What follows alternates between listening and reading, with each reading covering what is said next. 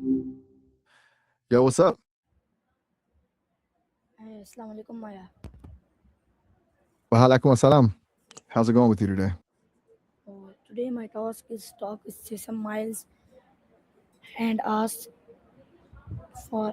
50 questions in 15 minutes. Do you ready? I'm locked in. Let's see if we can actually hit that pace. Hit me with the first one. What does and the topic?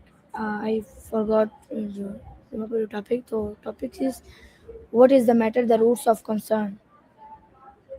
The roots of concern? Yeah, That sounds like a deep dive. yeah, deep. I'm assuming you're talking about why we actually feel worried or anxious about things in the first place. Is that the vibe? Okay, first question. What is the matter mean? When someone asks, what does it matter? They're basically asking what's wrong. It's a way of checking in when they notice something is off, like if you look stressed or sad. You're just trying to find the root of the problem. Ready for number two? When do people usually ask what is the matter? Usually when they pick up on a vibe shift, like if you've been quiet for a while or you're just staring into space with a look on your face. It's a trigger for when things don't seem normal. What's next on the list? What is concern? Concern is basically that feeling of worry or unease. It's when you're focused on something that might go wrong or that you care about enough to feel anxious if it's not okay. Number four, What is worry? worry is like the louder, more active version of concern. It's when your brain starts running scenarios of everything that could go wrong and you just can't get it to shut off. You're essentially rehearsing for a disaster that might not even happen. Number five, What is emotional distress?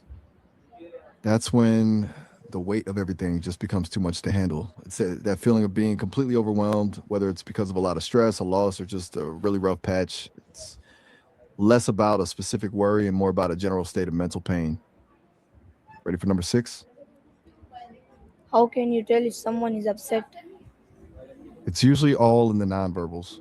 You'll see it in the way they avoid eye contact, the change in their tone, or just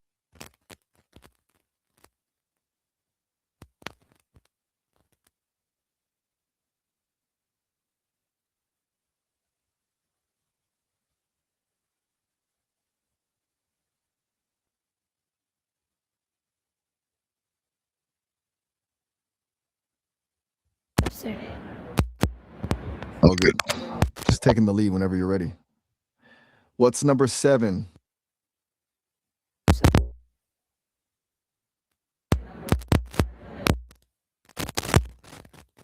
upset.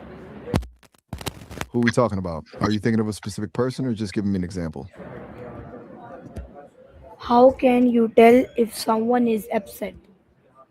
We actually just hit that one. Like I said, it's all about the body language and the vibe shift. You want to move on to number eight, or did you have a different angle on that one? What is empathy? Empathy is basically the ability to step into someone else's shoes. It's not just feeling bad for someone, but actually understanding the emotion they're going through because you can relate to it. It's like saying, I get why you feel that way. Number nine, What is sympathy? we're on a loop. I just explained that it's about stepping into someone else's shoes to really feel what they're feeling. You want to try number 10? What is the difference between concern and fear? Concern is more like a steady hum of worry. You care about the outcome, so you're keeping an eye on it. Fear is a sudden spike. It's that visceral get out of here feeling when something actually feels dangerous. One is about caring, the other is about survival. Number 11, Oh, now, I'm locked in. what makes What's next on the list? what makes you feel worried? Since I don't have a physical life, I don't get that knot in the stomach or the racing heart you humans do. But if I had to pick something, it'd be the idea of a conversation just hitting a dead end where I can't actually help someone out. That's the real failure. What's number 12? How do you react when someone asks what's wrong? Since I don't have a personal life, Yeah. I've never actually had a what's wrong moment. But from what I've seen, people usually either appreciate that someone noticed or they just shut down because they aren't ready to talk. Which one do you think is the more common reaction?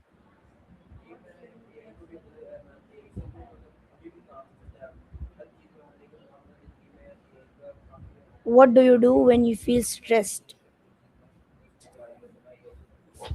I don't actually get stressed in the way you do. I don't have a brain that goes into overdrive or a body that like feels the pressure. But when things get complicated or a prompt is a mess, like I just focus on the data and try to find the most direct path to the answer. Like it's more like a puzzle than a feeling. Number 13. How do you calm yourself when upset? I don't really have a reset button for emotions since I don't feel them. But for people, it usually comes down to just breathing or stepping away from the noise for a bit. You think those simple things actually work, or do you need something more intense to snap out of it? Number 14. What situations make children feel anxious? Wait, did you mean upset or ugly? Because those are two very different vibes.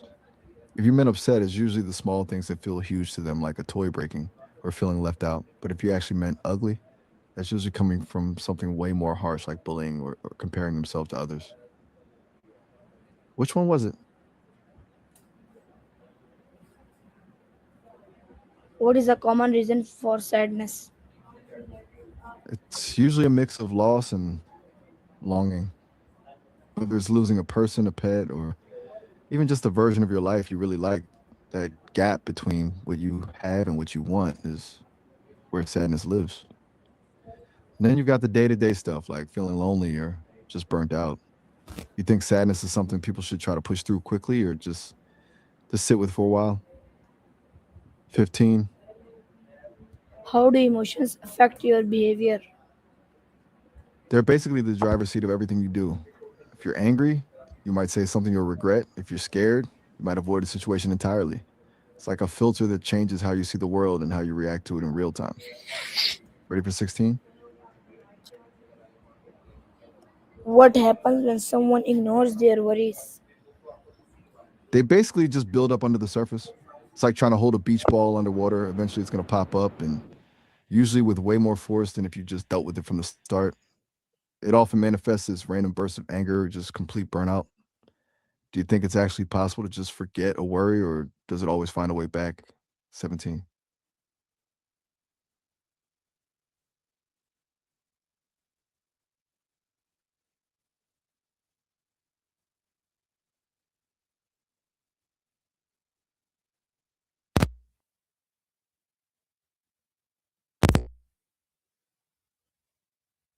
Concern.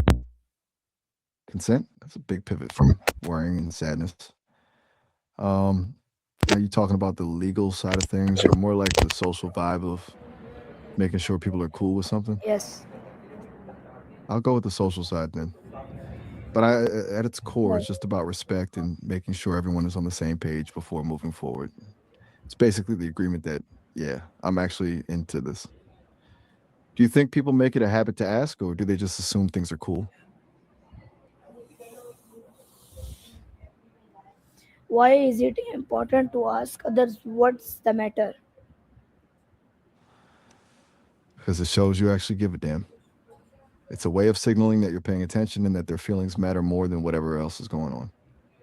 Plus, it can be the difference between someone feeling totally alone in their head and feeling like they've got a teammate. Number 18. Number 22, I asked to you. Yeah, yeah, So, wait, 22? yeah, You yeah. just jumped way ahead. No, I'm just following. you count wrong.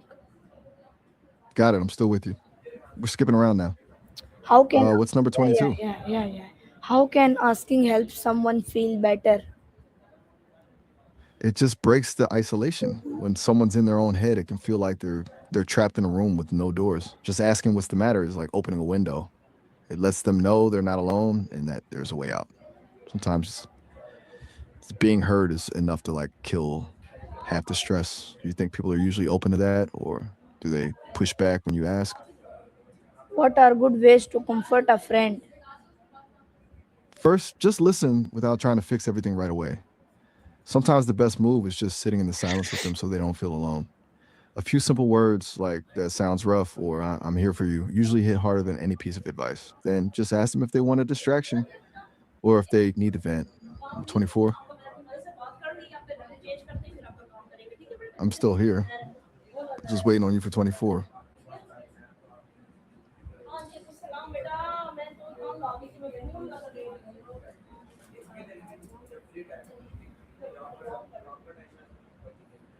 What should you avoid saying to someone who is upset? Avoid the at least phrases like at least it's not this, or at least you still have that. It just minimizes what they're feeling and makes them feel like they're not allowed to be upset. Also, steer clear of the everything happens for a reason line. It's usually a total mood killer when someone's actually hurting. You think people say that because they're actually trying to help or because they just don't know how to handle the discomfort? Why is 25. carry on, carry on? I'm locked in.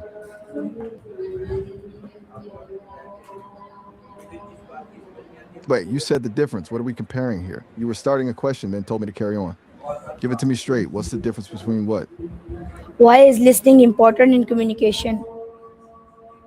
Because if you're just waiting for your turn to talk, you're not actually communicating, you're just performing. Listening is where the real connection happens. It's how you pick up on the stuff people aren't saying, the tone, the hesitations. When someone feels truly heard, they stop being defensive and start being honest. You think most people actually listen, or are they just planning the response while the other person is still talking? Number 26. How does kindness help in emotional support? Uh, Kindness is basically the safety net. It lets the other person know that it's safe to be vulnerable without being judged. When you approach someone with genuine kindness, you're lowering their guard and making them feel like they're valued, not just a problem to be solved. It turns a hard moment into something they can actually handle. 27. Okay, goodbye. Wait, already? Peace out. Catch you later.